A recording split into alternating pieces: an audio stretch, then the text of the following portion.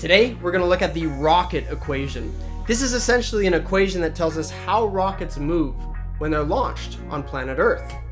Now, when rockets are launched, they all expel fuel at different speeds, right? You could expel a lot of fuel at the beginning, you could expel more fuel later in flight, or you could always expel a constant rate of fuel. And that's what really pushes the rocket upwards. So it can, resist gravity and any friction force that's pushing it downwards as it moves into space. As I'll show in this video, you have to be very careful about the friction force on the rocket to determine the best way to expel fuel. We'll simulate this equation in Python for different air friction forces, and we'll look at the best way to expel fuel in the rocket. Do you want to expel more fuel at the beginning, in the middle of the flight, or later in the flight? How do we get from point A to B in the most efficient way? Please be sure to like and subscribe. Also join the Discord server if you want to have further discussions about physics, math, the topics in these videos, or even other topics as well. Anyways, enjoy.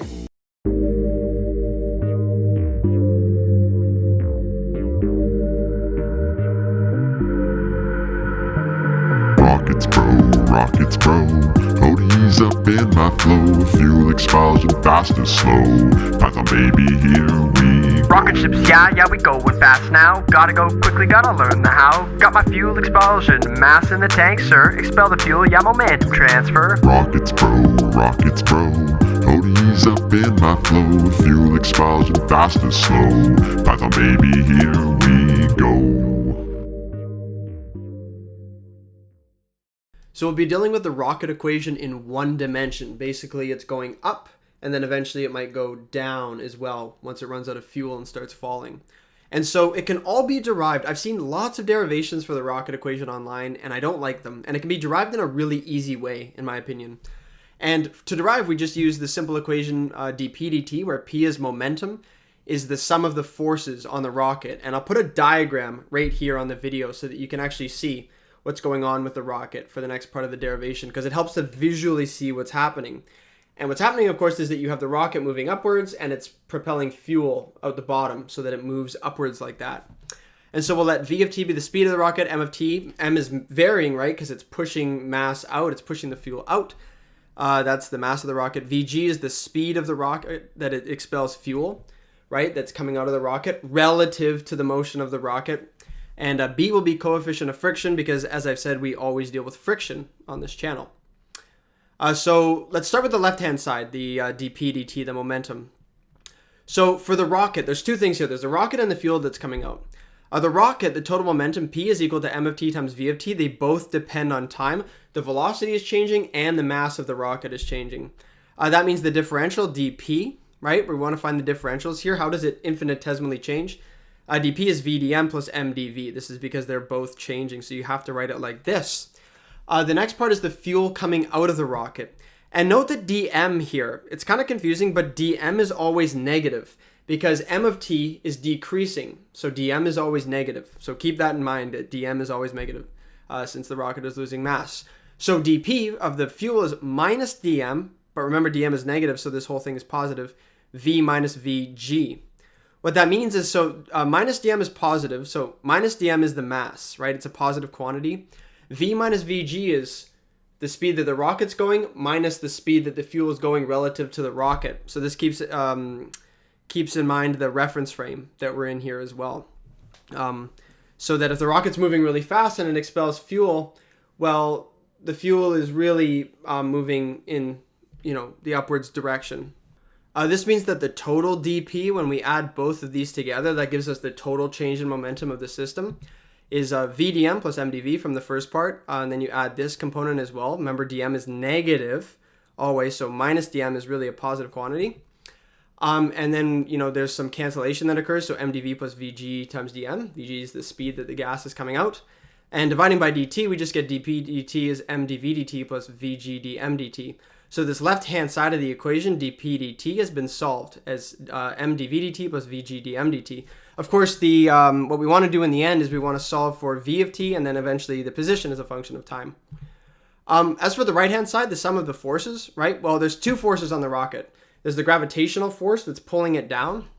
That's just minus m of t times g. rocket mass is changing. And then of course minus bv squared, this is a friction force. This is assuming the rocket is moving upwards, and we can add a correction to this friction term, so it's always resisting the motion of the rocket if it's falling downwards as well. Then we set the right-hand side equal to the left-hand side, so we have this here, and then we also have this here. And when we set them equal, we essentially get this equation here, and we divide by m and stuff, and we rearrange. It's just some simple algebra. You can set these equal, and you get this equation here. Now, you could go ahead and solve this equation in Python, right? And, you could plug in G, you could plug in M, B, V, T. Of course, M of T, you have to define what's happening, right? Different rockets might expel fuel in different ways. Maybe one expels a lot of fuel at the beginning and then less as it's going up, and maybe some do less and then more as it's moving up. So you could do something like that, VG and M of T, but it's typically good to work with dimensionless quantities, right? I mean, for example, with T here, you could solve the differential equation from T is 0 to, 40 seconds, for example, and you have a time range there. But it might be better, wouldn't it be nice if you could solve your differential equation between 0 and 1, keep everything standardized? And that's what we'll do here, and we'll convert this differential equation into a way that is a lot nicer to solve on a computer, where our units become standardized. And I guess if you ever go into something like machine learning, the standardization of things is very important. And it's also good for solving differential equations like this. So for V, rather than solve for V of T, I want to solve for V divided by Vg. So how fast is the rocket moving relative to the fuel? So I divide this equation by Vg, and I get, and then I also multiply by this characteristic launch time T naught. So this it's the equivalent to dividing in the denominator. It's just V divided by Vg up here and T divided by T naught. And so that standardizes our times, so that if I can set T naught to 40 seconds if I want, and then if I'm solving from T goes from 0 to 40 seconds, this T prime, which is T divided by T naught, goes from 0 to 1, right? As T hits T naught, I solve like this. So I divide by Vg, I get V prime and T prime, right? And I accumulate things, and then there's some expressions where, of course, they show up. So I have G T naught over Vg here. I have this expression here, and then my V prime squared here. So I'm just dividing and making sure that everything is adjusted appropriately, and minus 1 over m of t dm of t dt prime. So t prime goes from 0 to 1, and that sort of enforces that I go to my characteristic launch time, and the velocity is how fast it's moving relative to the fuel being expelled. So take a moment to think about that and think about what's going on between here. And the motivation is that then I can solve my differential equation from 0 to 1 as opposed to 0 to 40 seconds.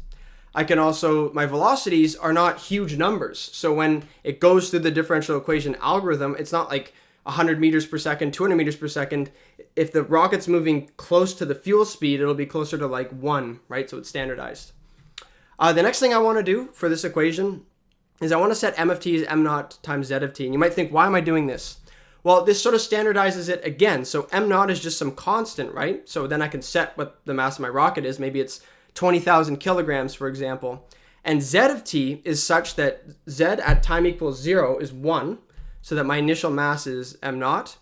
And then at the characteristic launch time t naught, if I plug in t naught here, I want to say that the rocket ends up being 1/10 as heavy when it starts. So 9/10 of the initial weight of the rocket is fuel. That's just something that I'm setting, 1/10. It could be different than that, but it's just something I want to do for this particular problem. So at the beginning, it's m naught, and at the end, it's m naught divided by 10. And this makes, like I've said here, z of t prime equals 0 equals 1. And z of t prime equals 1 equals 1/10. So you see that everything is being standardized here very slowly. And go through it slowly and think about the motivation behind why we're doing this. And so I can substitute this in, and again, my equation changes yet again. And now I have this last term here. It all cancels out. So I just have 1 over z of t prime, dz prime, dt prime, and then these two terms here. And so what I do is I let m naught, I define this quantity m naught prime to take into account all these constants to get a slightly nicer looking differential equation here. So the question is, in summary, why is this equation better? Well, m naught prime contains all the information about the rocket mass, the friction force B, the rate at which the fuel is expelled, and also the characteristic launch time, how long the rocket is expelling fuel for. Z of t prime, it just quantifies how fast the mass of the fuel is depleted. It doesn't actually say how much mass there is, but it gives an idea of how fast the fuel is being depleted. So it's a standardized function. And what I'm going to do in this video is I'm going to say z of t prime is 1 minus 9/10 t prime to the n. So what does this function mean? When t prime equals 1, which is the same as t equals t naught, then z prime of t is equal to 1/10, no matter what the value of n is. And I can adjust n so that certain values of n correspond to different ways that the fuel is depleted. Some deplete more fuel at the beginning, some deplete more fuel at the end, for example. And Vg was the speed at which the fuel is expelled. So there's an interesting question here to be answered, and that is for a given m naught prime and Vg, what function z gets the rocket upwards as fast as possible, right? Do you want to expel more fuel at the beginning, or do you want to expel more fuel later in the traversal upwards? And so this is the question we're going to try to answer. And that can be adjusted by the parameter n. And so we'll start by looking at this function here. So the packages today are pretty simple. We just got numpy, matplotlib. SciPy is going to be used to solve the differential equation. And I'm going to use a little bit of simpy because I'm lazy for defining functions. So I'll run this. And so what we want to do is we want to set all our constants at the beginning. So I'm going to say it's a 40-second launch. Gravity is equal to the gravity on Earth. Fuel is emitted at 500 meters per second. Our rocket is 20,000 kilograms. This is our coefficient of friction. And then I define this quantity m naught prime here. I call it m naught here, but it's the same thing, this expression here. And so I define all our constants. This is for a particular launch. Again, it's nice because you can just change everything at the beginning and then resolve your equation to get this later. So then I use simpy to define the fuel loss function. So it's just the way that fuel is being emitted from the rocket. Z of t, and I'm lazy and I use simpy to get the derivative dz dt. So I define my symbols t and n, which I'm going to use for this expression here. And I said z is 1 minus 9/10 t to the n.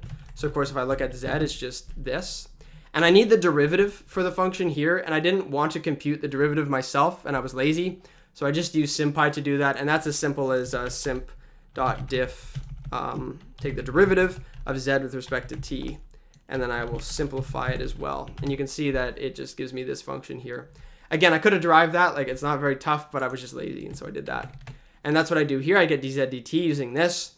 I convert them to numerical functions after that. So simp.lambdify takes a simpy expression and converts it into a Python function. So it says the arguments of this function are going to be t and n, and I'm going to change this simpy expression, z, into the Python numerical function, same with dz dt. So what it means is if I give z a function of t and n, so I could give it like 0.2 for t. Remember, that's t prime goes from 0 to 1, right? It's not actually t as this t, it's everything is written in terms of this t prime. So I'm dropping the primes and just dealing with this equation. I'm not putting primes in my code or anything. So t prime is 0.2, so that's 1/5 the way to the characteristic launch time when all the fuel is depleted. And I can give a value n is 4, and it will just give me a number. This will be useful for the differential equation. Now, I wanted to plot a few different ways to expel fuel. So I create an array of times from 0 to 1. I don't go quite to 0 because there's a bit of an issue with the derivative later on, as you'll see. But I go from 0 to 1 with 1,000 values, and I'm going to choose 3 different methods. I'm going to choose n equals 1, n equals 0.7, and n equals 5, and I'll show you what I mean by the way the fuel is depleted. So with n equals 1, it's just linearly depleting fuel, right? It's just constantly depleting fuel throughout the flight of the rocket. There's no change. With m2, it initially starts depleting a lot of fuel, and then it eventually later on depletes less and less and less fuel compared to the blue. The orange depletes almost no fuel at the beginning, and then eventually starts depleting a lot of fuel at the end. So then we define our differential equation system. So I always use this quantity s in my videos. So s is just x and v. We want to solve for position as a function of time and velocity as a function of time. And if I differentiate s, I get dx dt, dv dt. Now the goal in Python is to write a function, ds dt, that takes in time and s. So s is just this here. So ds dt needs to take in s and time. And then there's some other variables here that correspond to the, the mass of the rocket and the fuel expulsion speed and all that stuff. And it needs to return ds dt, right? So it takes in s and t, and it returns ds dt. That's the goal. That's the function that we have to write ourselves in Python when solving this sort of equation. So s is equal to xv, so xv is just s0 and s1. And so now there's a few different cases that we have to consider. If t is less than 1, this means if t is less than our characteristic launch time, then we still have fuel left in the tank, right? And so our equations are normal. dxdt equals v, right? That's just, it's sort of trivial, but it's what dxdt is equal to here. It just takes in v, and that's equal to this. And dvdt, of course, is the equation that we defined here. And I add this np dot sine of v so that friction always resists. So if the rocket's going up, it points down, and if the rocket's going down, it points up. This just returns either positive or negative 1, essentially, to correct for that. If we're out of fuel, however, if we're past the characteristic launch time, 1, then we no longer have this additional boost term from the fuel being expelled. So it's the same thing as above, except without that term. And there's one final case to consider. If we're on the ground and we don't give enough fuel to get up in the air, we don't want to go into the ground, right? And so this is if I'm accelerating downwards with a negative velocity and I'm on the ground, don't do anything. It's just equal to 0. So this is our system, DSDT. And now we're going to solve for the few different ways to expel fuel. So N1, N2, N3 is 1, 0.7, and 5.05. These are 3 different ways. And I just use the solve IVP method of SciPy. It takes in our differential equation system, DSDT, that we've defined here. We're solving from time goes from about 0, not quite 0, to 3. So that's 3 times T naught, right? So if T naught is 40 seconds, the time it takes to expel the fuel, then we're solving till 120 seconds. So 40 seconds, all the fuel, then no fuel. And then it keeps going, and then it will eventually fall 3 times that. Our initial condition is 0 speed and 0 height, right? And we're going to evaluate 1,000 times between these 2 times, 0 to 3 times the characteristic launch time. And the arguments to the function, since I have these 4 arguments here, I have to specify these additional args. And I have defined these above, and of course I'm solving for N1, N2, and N3, 3 different solutions here. So that's pretty simple to solve. And then I can plot the position and velocity as a function of time here. And so you'll see something interesting, right? So this black dotted line is at t over t naught is equal to 1. So that's t equals t naught. That's the characteristic launch time. That's how long it takes to expel the fuel. So you'll see that the one n equals 1, right? It has a certain motion. This is just linear depletion of fuel. The fuel is being depleted at a constant rate. Now, n equals 0.7. If we look above here, that's where it depletes the fuel faster at the beginning. So if I deplete the fuel faster at the beginning, I go up faster, and then I actually maintain that height over the linear. So that's something interesting to keep into account. The orange, where I don't deplete much fuel at the beginning, but then I suddenly deplete a lot of fuel. Well, it can't actually get off the ground for a while, but as soon as it reaches that point where it's expelling a lot of fuel, it really goes up fast, and it starts to get a lot of speed here. And you'll see that it's actually the orange one, even though it's lower height than the other ones, it reaches the fastest velocity at this characteristic time. So it's actually moving faster here. Now, things actually get a little bit weird if there's no friction force. And so no friction force is the equivalent of, well, m naught is divided by b, right? So if there's no friction, m naught is essentially infinity. So m naught is equal to np dot inf. And I'm allowed to do this here. And I'm allowed to do this here because dsdt is divided by m naught. And if I have an np dot inf, it will just set this equal to 0. So I'm allowed to set this as np dot inf because I'm only ever dividing by this quantity. So it actually doesn't run into issues here. So this is with no friction, right? And I'll show you how things are a little bit different here. If I resolve. So I resolve all my things. Now there's no friction in the air. And there's actually something interesting that happens. And you'll see that this one, 5.05, this is the one that initially depletes nothing and then suddenly depletes a lot of its fuel later on in the flight. Look at it actually staying on the ground for a while, and then it starts depleting all that fuel really quickly, and it actually gains on the other two when there's no friction, right? And so that's different than the case where there is friction. And so it poses an interesting question that you have to get a really good idea about how much friction there is in the air for a rocket if you want to determine the best way to expel the fuel. Because here, of course, you know, it's expelling fuel, nothing's happening, but as soon as it starts reaching this phase here where it's expelling a lot of fuel really fast, it actually gains on the other two. So even though this one's been expelling fuel here, it's actually wasted a lot of fuel here. As soon as it starts expelling a lot of fuel, it goes really fast up and overtakes the other two, even though these other two have been expelling fuel beforehand? So that's an interesting question. But that's only in the case of no friction or very little friction. Also, like before, you see that it reaches the highest velocity at this point. So it has a lot of velocity here. The fuel cuts off and it just kind of goes up into the air. And it, once the fuel cuts off for all three of these, this high velocity here is going to be an advantage to this one, which will be carried through the air essentially. And then you're essentially in a parabolic path, right? You're just under the force of gravity and you have an initial velocity and you launch up and then eventually go down. But with no air friction, it never actually goes down, right? So it poses a question where you have to be very, very careful about the air friction when you're launching a rocket to determine the best way to expel the fuel. Anyways, I hope you enjoyed this video. I encourage people who watch this video to take the code, maybe even do a little bit of research. Maybe you know more than me about rockets and the type of friction force they experience and stuff.